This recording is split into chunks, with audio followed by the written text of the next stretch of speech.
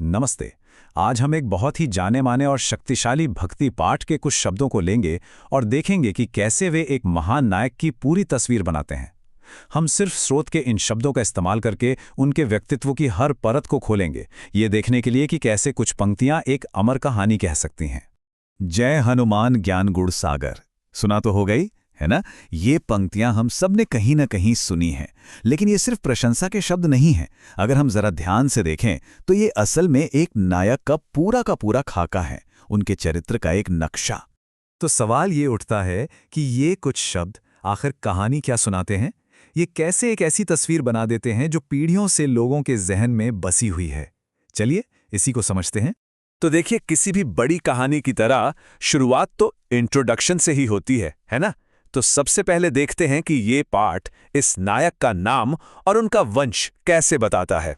हमारी पड़ताल यहीं से शुरू होती है। स्रोत हमें ये एक सीधी सी लाइन देता है, पुत्र पवन सुत नामा। अब सुनने में ये बहुत संक्षिप्त है, लेकिन इसमें जानकारी बहुत है। चलिए इसे तोड़कर देखते हैं। पवन सुत, इसका मतलब है पवन देव के पुत्र, और नामा यानी इस नाम से जाने जाने वाले। तो देखिए, पहली कुछ पंक्तियों में इस चरित्र को किसी साधारण इंसान की तरह नहीं, बल्कि सीधे सीधे एक दिव्य वंश से जोड़ दिया गया है। इससे उनकी पूरी कहानी को एक दैवीय आधार मिल जाता है।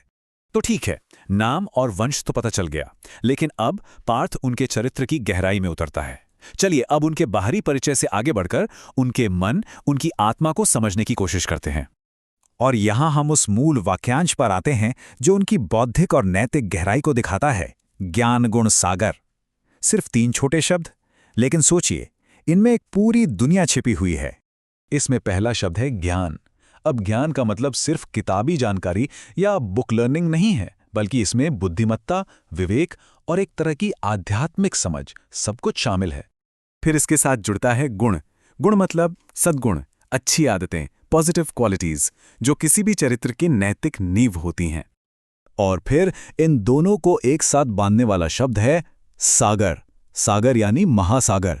ये बताता है कि उनका ज्ञान और गुण किसी छोटी नदी या तालाब जैसे नहीं हैं, बल्कि एक अथाह, असीम महासागर की तरह हैं, जिसकी कोई थाह नहीं।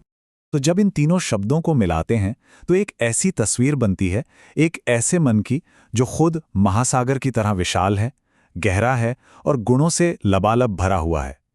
ये उनके अंदर के चरित्र की महानता को दिखाने वाली एक कमाल की शक्तिशाली छवि है।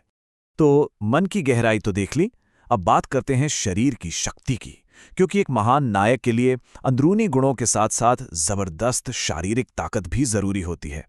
देखते हैं कि पाठ इसका जिक्र कैसे करता है। यहां हमें एक और बहुत ही दमदार वाक्यांश मिलता है, अतुलित बलधामा। अब इस पर जरा गौर कीजिए, ये सिर्फ मजबूत या शक्तिशाली नहीं कह रहा, इसका मतलब कुछ और भी ज्यादा गहरा है। देखिए, अतुलित बलधामा का मतलब है अतुलनीय शक्ति का निवास या उसका भंडार। मतलब वो सिर्फ शक्तिशाली नहीं है, बल्कि वो खुद ही बेजोड़ शक्ति का स्रोत हैं, उसका घर है। ऐसी ताकत जिसकी किसी से तुलना ही नहीं हो सकती। और बात यहीं खत्म नहीं होती, पाठ इस शक्ति के वर्णन में और भी परतें जोड़ता है। अगली लाइन है, महावीर विक्रम बजरंगी। चलिए इन तीनों टाइटल्स को भी समझते हैं। महावीर मतलब महान नायक, विक्रम यानी असाधारण पराक्रम और हिम्मत वाला, और बजरंगी मतलब वो जिनका शरीर वज्र की तरह यानी थंडरबोल्ट की तरह कठोर और मजबूत है। अब देखिए, हर एक शब्द उनकी शारीरिक शक्ति की तस्वीर में एक नया रंग भर रहा है। तो ठीक है, हमारे पास गहरा ज्ञान है, अतुलनीय शक्ति भी है, लेकिन ये सब किस लिए? किसी भी नायक की महानता सिर्फ उनकी ताकत में नहीं, बल्कि उनके उद्देश्य में होती है। तो चलिए अब इस पर चलते हैं और देखते हैं कि पाठ उनकी भूमिका, उनके रोल को कैसे बताता है। ये लाइन सीधे उनके मिशन के दिल में जाती है। कुमति निवार, सुमति के संगी। ये उनके सामाजिक और आध्यात्मिक दोनों कामों को साफ साफ बताती है। इसका मतलब बहुत गहरा है। वो कुमति यानी नेगेटिव सोच और बुरे विचारों को निवार मतलब दूर करते हैं, और वो सुमति यानी अच्छी पॉजिटिव सोच के संगी यानी साथी हैं। तो उनका उद्देश्य एकदम साफ है, बुराई को हटाना और अच्छाई का साथ देना। लेकिन ये सब किसके लिए? उनका ज्ञान, उनकी शक्ति, उनका यह मिशन, ये सब किस एक चीज से जुड़ा है? स्रोत हमें एक बहुत ही सरल लेकिन सबसे जरूरी उपाधि देता है, रामदूत।